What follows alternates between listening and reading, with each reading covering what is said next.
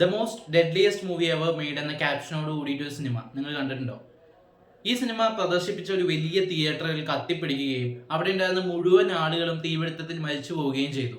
ഇതിനുശേഷം ഈ സിനിമയുടെ പ്രീമിയർ ഷോ കണ്ട പല ആളുകളും പല ഘട്ടങ്ങളിൽ പലയിടങ്ങളിലായിട്ട് പല ദുരൂഹ സാഹചര്യങ്ങളിൽ മരണപ്പെടുകയാണ്. യഥാർത്ഥത്തിൽ സംഭവിച്ചതാണ് ഇതൊക്കെ എന്ന് പറഞ്ഞുകൊണ്ട് ഒരു മോക്യുമെന്ററി കാണിച്ചു തുടങ്ങുന്ന സിനിമയാണ് ആൻട്രം. ആൻട്രം എന്ന് പറഞ്ഞിട്ടുള്ള സിനിമ പണ്ടെങ്ങോ റിലീസ് ചെയ്തിട്ടുണ്ടെന്നും ആ സിനിമയുടെ റിലീസിന് ഇത്തരം സംഭവങ്ങളൊക്കെ ഉണ്ടായിട്ടുണ്ടെന്നും പറയപ്പെടുന്നു. എന്നാൽ ഇത് സത്യമാണോ കള്ളമാണോ എന്ന് നമുക്കറിയില്ല.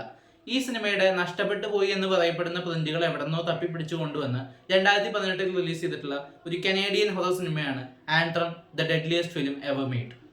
ഈ സിനിമയിലേക്ക് വരികയാണെങ്കിൽ രണ്ട് കുട്ടികൾ അവരുടെ മരിച്ചുപോയ നായയെ വീണ്ടും പുനർജീവിപ്പിക്കാൻ വേണ്ടി പാതാളത്തിലേക്ക് കുഴി ഒഴിക്കുന്നതാണ് ഈ സിനിമയുടെ കഥ എന്ന് പറയുന്നത്. കഥയിലേക്ക് വരുമ്പോഴും കഥയുടെ പ്രസന്റേഷനിലേക്ക് വരുമ്പോഴും ഈ സിനിമ ഒട്ടും എൻഗേജിങ് അല്ല.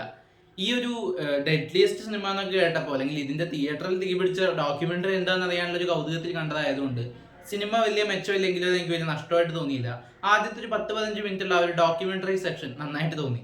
അതുള്ളതാണോ ഇല്ലയോ എന്നുള്ള കാര്യത്തിൽ ഇപ്പോഴൊരു ക്ലാരിറ്റി ഇല്ല. പക്ഷെ ശരിക്കും ഈ സിനിമ കണ്ടു നോക്കുമ്പോൾ അത്രയും ഡെഡ്ലി ആയിട്ട് ഒന്നുള്ളതായിട്ട് ഫീൽ ഇല്ല. പക്ഷെ അവർ ക്രിയേറ്റ് ചെയ്യാൻ ശ്രമിച്ചിട്ടുള്ള ഒരു കുറച്ച് ഹൊറർ കൈൻഡ് ഓഫ് കാര്യങ്ങളുണ്ട്. നമ്മൾ കണ്ടു ശീലിച്ചിട്ടുള്ളതിനപ്പുറത്തേക്ക് മറ്റ് ചില ഡിഫറെന്റ് ആയിട്ടുള്ള ഹൊറർ മൂഡുകളുണ്ട്. അതൊക്കെ അത്യാവശ്യം കൊള്ളാമെന്നുള്ള അഭിപ്രായമാണ് എനിക്ക് തോന്നിയത്. പക്ഷേ ഈ സിനിമ നല്ല ലാഗാണ്. വളരെ കുറച്ച് ദൈർഘ്യമേ ഉള്ളൂ എങ്കിലും നല്ലധികം ലാഗാണ്. അങ്ങനെ കണ്ടു നോക്കാവുന്ന ഒരു സിനിമയായിട്ട് എനിക്ക് തോന്നിയില്ല. പക്ഷെ സ്റ്റിൽ ഈ സിനിമയെ പറ്റി കേട്ട കാര്യങ്ങളൊക്കെ ശരിയാണോ എന്നുള്ളതിനെ പറ്റി ചിന്തിക്കാൻ വേണ്ടി ആ ഒരു കൗതുകത്തിലാണ് ഞാൻ കണ്ടത്.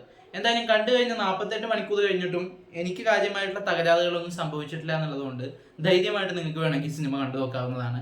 അപ്പോൾ ഈ സിനിമ നിങ്ങൾ കണ്ടവരാണെങ്കിൽ സിനിമയെക്കുറിച്ചുള്ള അഭിപ്രായങ്ങൾ കമന്റ് ബോക്സിലൂടെ രേഖപ്പെടുത്തുക. നമുക്കിനി മറ്റൊരു വീഡിയോയിൽ വീണ്ടും കാണാം. ബൈ.